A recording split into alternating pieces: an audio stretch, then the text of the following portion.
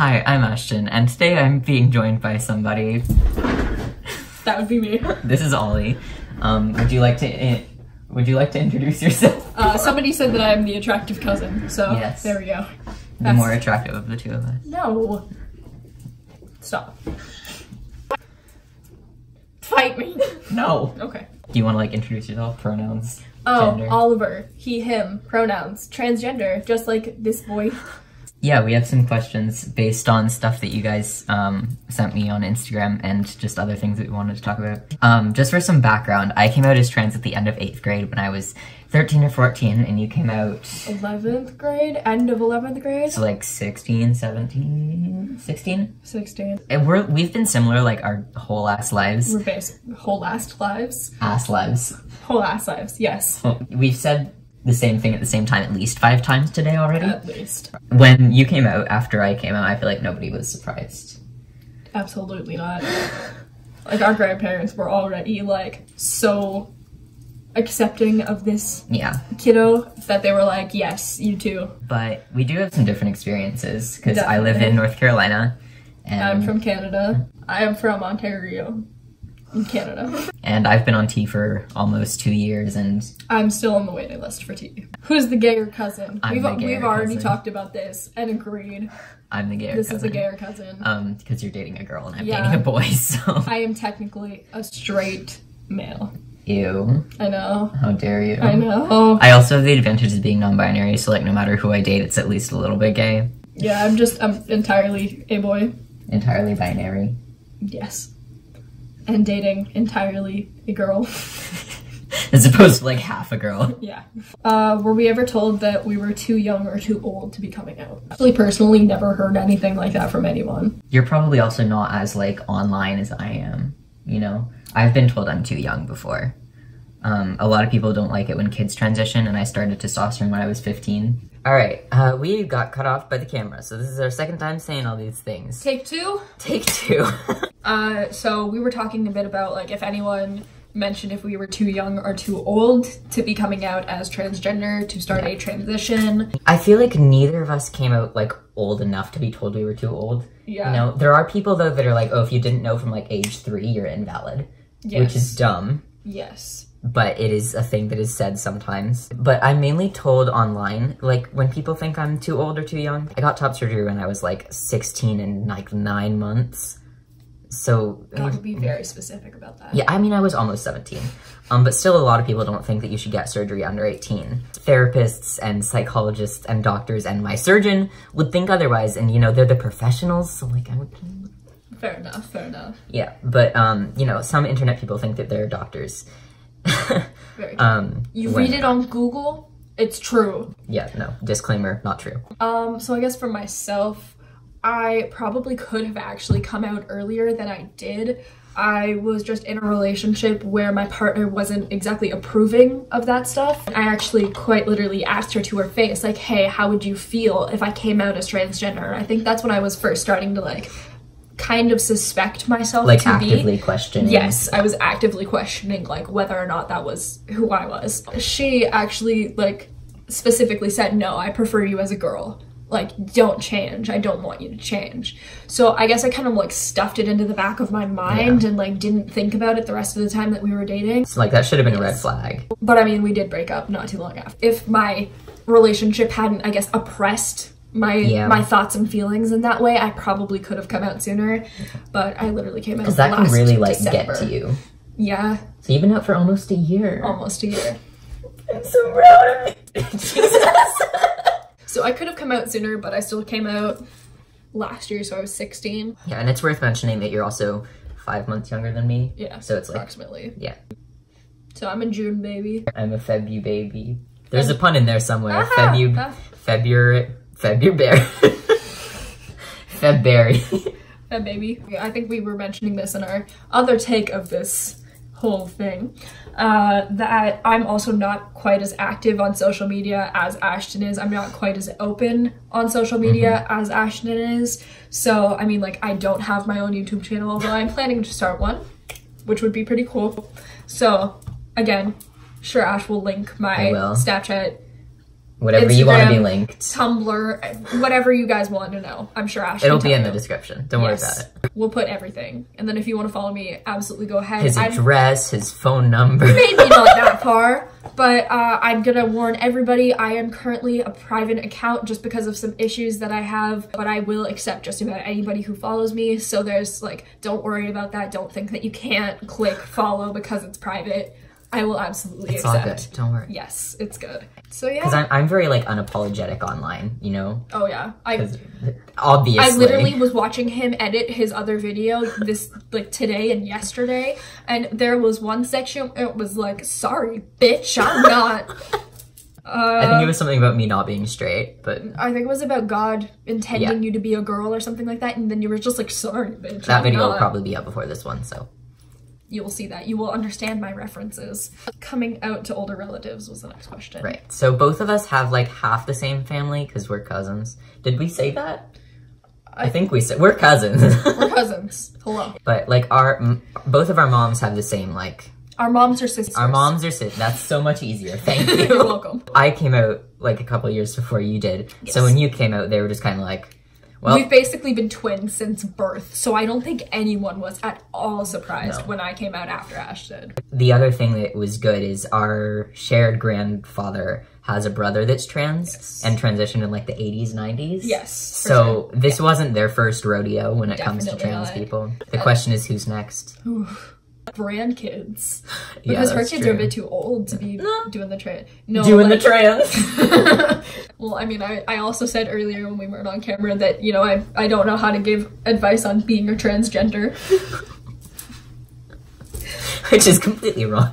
Just disclaimer, that's not words. Don't listen to me. But yeah, we share family and they're all fairly accepting, and they're also all Canadian, which is more like a progressive area than the States are. I think my parents actually suspected it before I even said anything. Next question. Answering awkward questions. There are a lot of like awkward questions that come along with being trans, like in real life and online.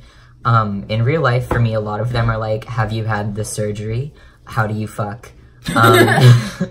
Straight into the point, get into the point. Love it. For me, because I came out at like the turning point between middle and high school, a lot of the friends that I have now are like, they know I'm trans and they've always known I'm trans for as long as they've known me. So it's not like a thing that they ask questions about. But when I meet new people, a lot of the times they do think I'm a girl because I don't pass all that well for whatever fucking reason. So I'm so sorry for your loss. My loss of gender. I lost my gender. I need to make a wanted poster. Ashton's gender. Wanted my gender. Most of the time I just answer questions. Like I don't mind being asked about the surgery because I kind of take it as an opportunity to like educate people. I'm like, hey, there's not one surgery. There are multiple surgeries. And not everybody gets different surgery. For everyone. Yeah. Basically this channel. True. For more information, please visit my channel on YouTube. I should just hand out business cards like, honestly. You're the 10th person that's asked me this today. Just do your own research, honey. To have business cards that have links to specific videos based on what questions they ask you. Also, a lot of the times I'll just turn the question on them. Like if somebody asks how I have sex, I'm like, well, how do you have sex? Like, why do you think it's any different for me? And then, you know, people realize I wouldn't ask a cis person that question, so why am I asking Ash? Yes. So I guess the most like awkward question I ever get is when people find out that I'm trans and they think that they immediately are allowed to know what my birth name was, or I guess my dead name. They whatever just you want to call it. Yeah, whatever terms we use here. They just like, they think that they are allowed to know, and they think that they're entitled to know that because they're like, oh, it's a dead name, you don't use it anymore, so why does it matter if I know it or not? Yeah. Well, it's like, hey, but why do you need to know it? Because I don't really want that spreading around, because I don't want to be known by that name anymore. It's my dead name for a reason. Exactly.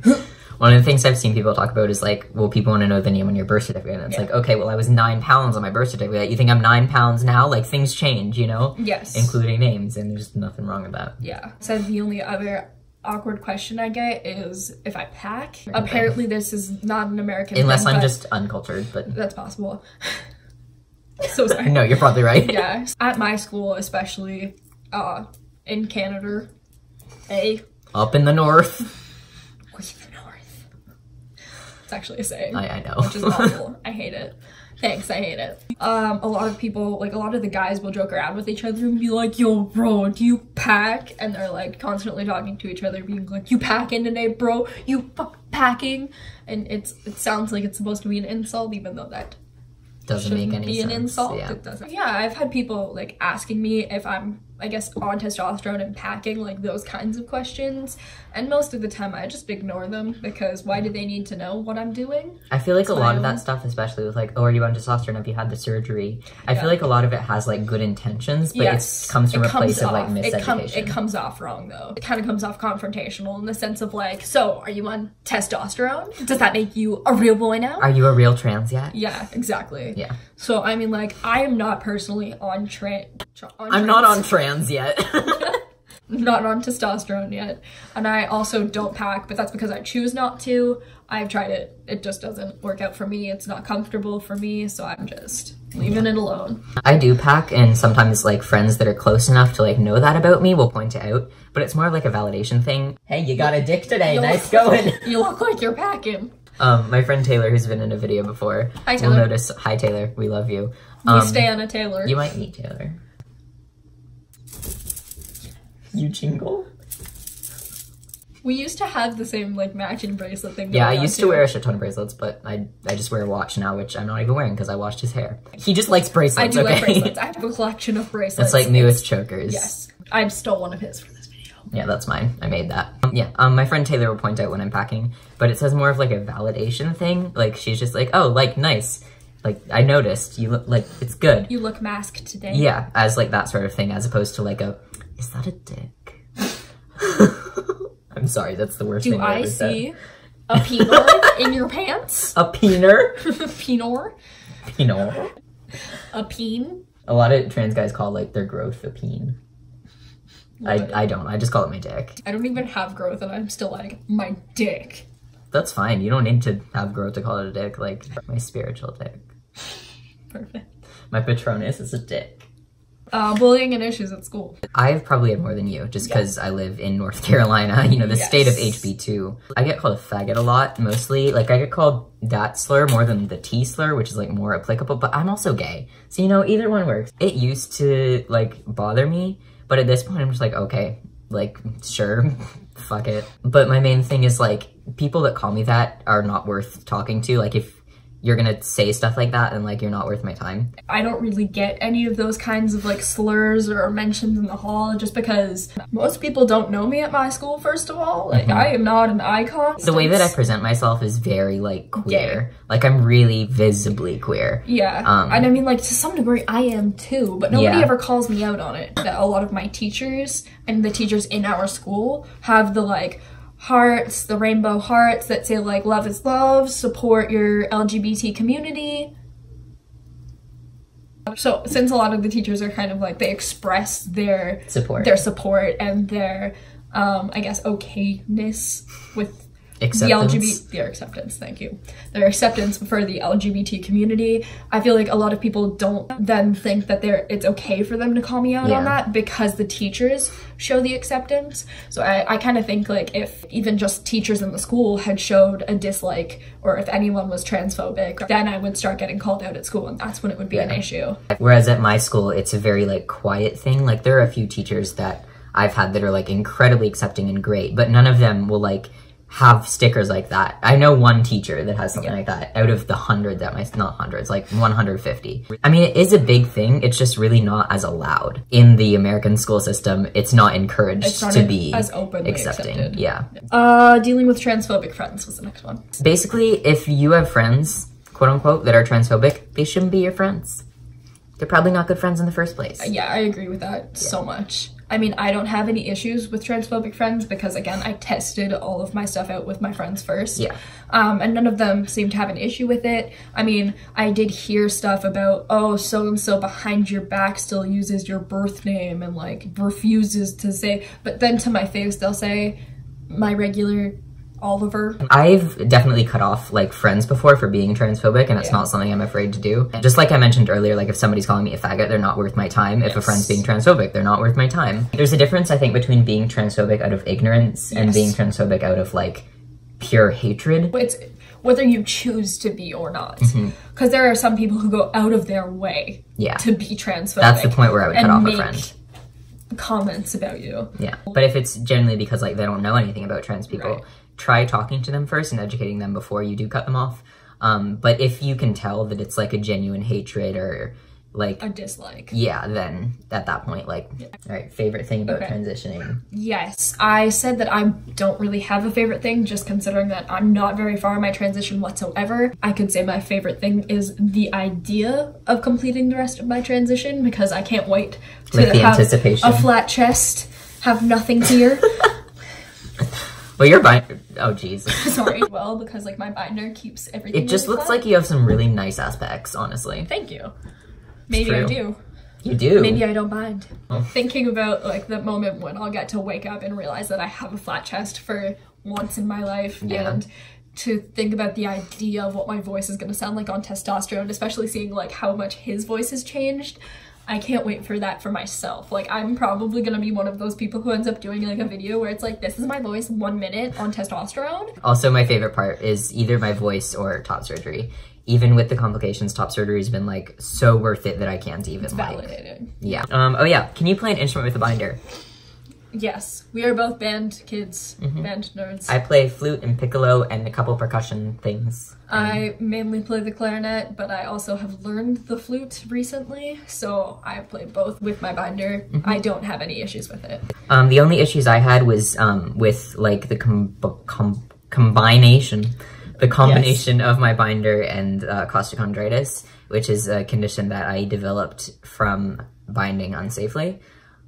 So as long as you bind safely and you don't have like asthma or costo or something on top of that, you should be okay. And also it depends on your instrument, because flute and tuba both take like a lot of air, so it might be more difficult playing flute or tuba with a binder than like something with a reed, or smaller. Are you trying to tell me that I have it easier than you?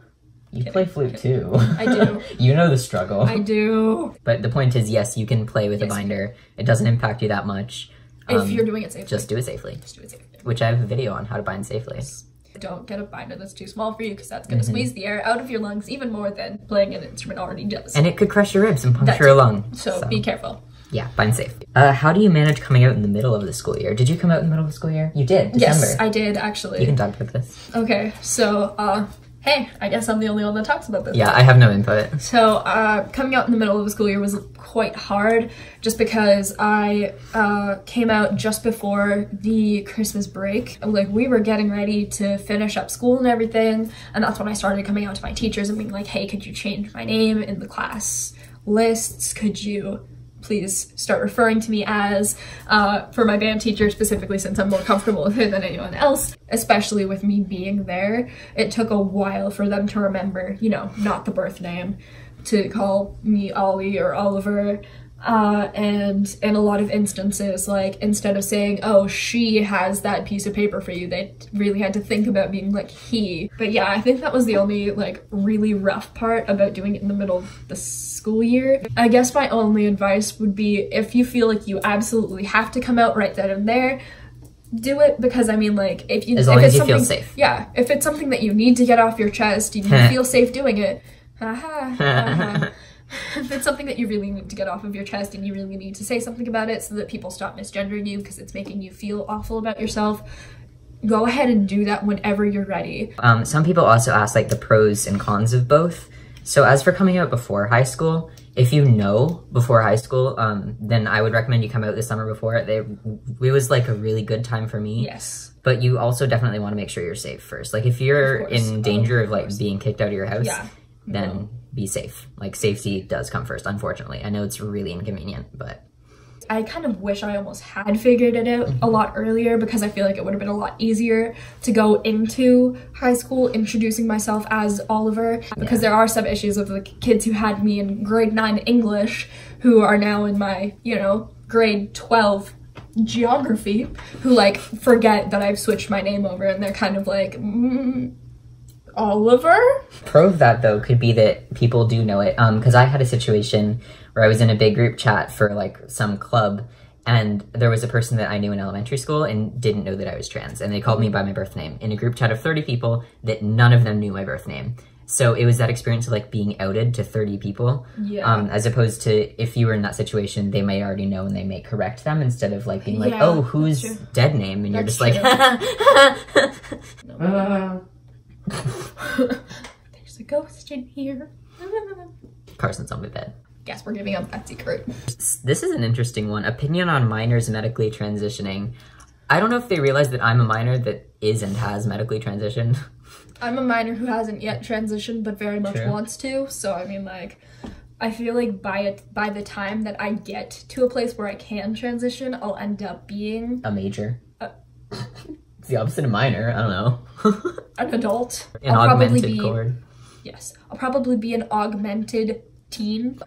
I'll probably be an adult by the time I end up like being able to completely be on testosterone or hormone blockers or whatever they choose to put me on first, and then my top surgery.